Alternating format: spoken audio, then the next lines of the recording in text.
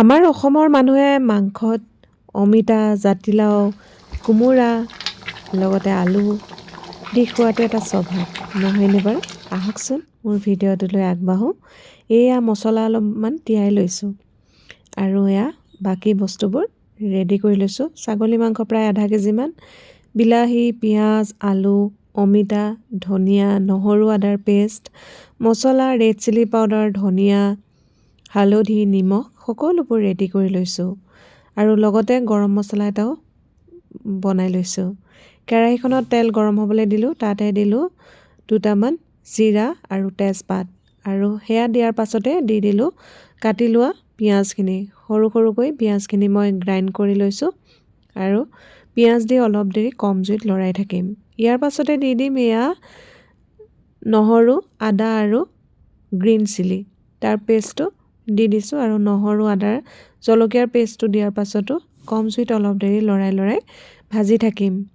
অকণমান ইয়াতে চেনি অকণমান দি দিছোঁ। চেনিটো দিলে ধুনীয়া এটা আঠা হয় আৰু তেতিয়া পিঁয়াজ, নহৰু, আদাৰ পেষ্টটোৰ সৈতে ধুনীয়া এটা গোন্ধ ওলায়। এয়া মছলাবোৰ মই লিখি দিছোঁ, নামবোৰ কি দিছোঁ, সকলোবিলাক মছলা একেলগ কৰি ইয়াতে দি দিছোঁ। নিমখ হালধিও দি দিছোঁ, জোখমতে দিছোঁ, আকৌ পিছত নিদিলেও হ'ব আৰু বাতিটোতে পানী অকণমান দি আকৌ দি দিলোঁ। এয়া এতিয়া গোটেইবোৰ লৰাই দিম আৰু পানীকণ এইকাৰণেই দিছোঁ যাতে মছলাবোৰ তলিত লাগি নধৰে আৰু তলিত লাগি ধৰিলে নহ'লে বেয়া গোন্ধায়। আৰু এয়া মাংসখিনি ধুই পানীত টুকিবলৈ দিছিলোঁ, ধুনীয়া মাংস। আৰু এতিয়া মাংসখিনি দি দিম। আধা কেজি মাংসৰ কাৰণে যিমানখিনি পেষ্ট লাগে মই সিমানটো জোখৰে লৈছোঁ। আপোনালোকে মাংস আৰু মানুহৰ নিজৰ হিচাপত ল'ব। এয়া মাংসখিনি দি আকৌ জুইকুৰা বহাই দিলোঁ, বহাই পেলাই এনেকৈ ফ্ৰাই কৰি আছোঁ। অলপ দেৰি ফ্ৰাই কৰিম কম জুইতে, তাৰপাছত ঢাকোন দি প্ৰায় 10 মিনিটমানৰ কাৰণে থৈ দিম। আৰু এতিয়া এয়া মছলাৰ পেষ্টটো ইয়াতে ৰেড চিলি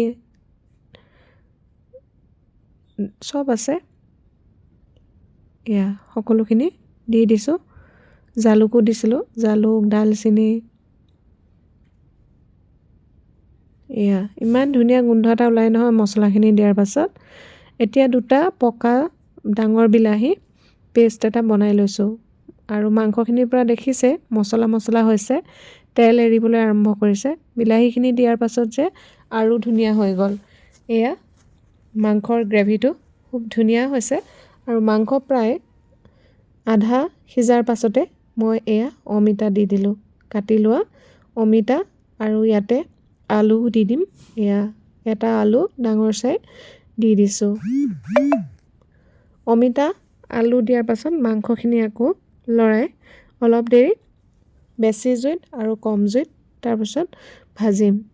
এতিয়া জুইকুৰা কমাই ঢাকোন দি অলপ দেৰিৰ কাৰণে সিজাইছোঁ যাতে অমিতা আৰু আলুখিনিও সিজি যায়। এয়া ধুনীয়া হৈ গৈছে দেখিবলৈ এতিয়া। ইয়াৰ পাছত জোখমতে মই পানী দিম। ইতিমধ্যে গৰম পানী হ'বলৈ দিছোঁৱেই। এয়া গৰম পানী, সদায় মই তৰকাৰীত গৰম পানীয়ে ব্যৱহাৰ কৰোঁ। গৰম পানী দি দিছোঁ জোখমতে আৰু এইটো জোখত দিব লাগে যাতে মাংসখিনি সিজালৈকে পানী ধুনীয়াকৈ হৈ যায়। আৰু মাংস ইতিমধ্যে সিজিবলৈ আৰম্ভ কৰিছে। প্ৰায় 20-30 মিনিটমানৰ পাছত মোৰ তৰকাৰীখন হৈয়ে গ'ল। আৰু এতিয়া দি দিলোঁ ধনিয়াৰে ধুনীয়াকৈ পৰিৱেশন কৰিলোঁ। আৰু গৰম গৰম ভাত কেইটামানৰ লগত ইয়াৰ মাংসৰ জোল অকণমান হ'ব লাগে, খাবলৈ যে কিমান ভাল লাগে। এনেকৈ অমিতা দি বনাই খাইছেনে বাৰু? যদি খোৱা নাই এবাৰ বনাই খাব, টেষ্ট ল'বচোন, ইমান ভাল লাগে। আৰু ভাতৰ লগতে মই পিঁয়াজ, মাংস যেতিয়া বনোৱা যায় পিঁয়াজ লাগেই অকণমান খাবলৈ, নহয়নে বাৰু? পিঁয়াজ দুডোখৰ মানুহ ঘূৰণীয়াকৈ কাটি ইয়াতে পৰিৱেশন কৰিম। আৰু লগতে থাকিব ভোট জলকীয়া ভাতৰ লগত লৈ খাবা আৰু মুঠতে, নহয়নে বাৰু? এয়া ধুনীয়াকৈ ঘূৰণীয়াকৈ পিঁয়াজখিনি কাটি ইয়াৰ ওপৰত দি দিছোঁ। তাৰ মাজতে ভোট জলকীয়া সৰু সৰুকৈ কাটি দি দিম। এনেকৈ আমাৰ দেওবৰীয়া দুপৰীয়া ভাত সাঁজো আছিলে আৰু তাকে আপোনালোকৰ কাৰণেও ভিডিঅ' আকাৰে আগবঢ়ালোঁ। ভিডিঅ'টো যদি এইখিনি সময়লৈকে চাই আছে বহুত ধন্যবাদ জনালোঁ। লগতে ভিডিঅ'টো কেনেকুৱা পাইছে জনাবলৈ নাপাহৰিব।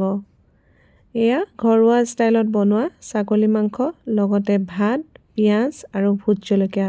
বাৰু আজিলৈ আহিছোঁ।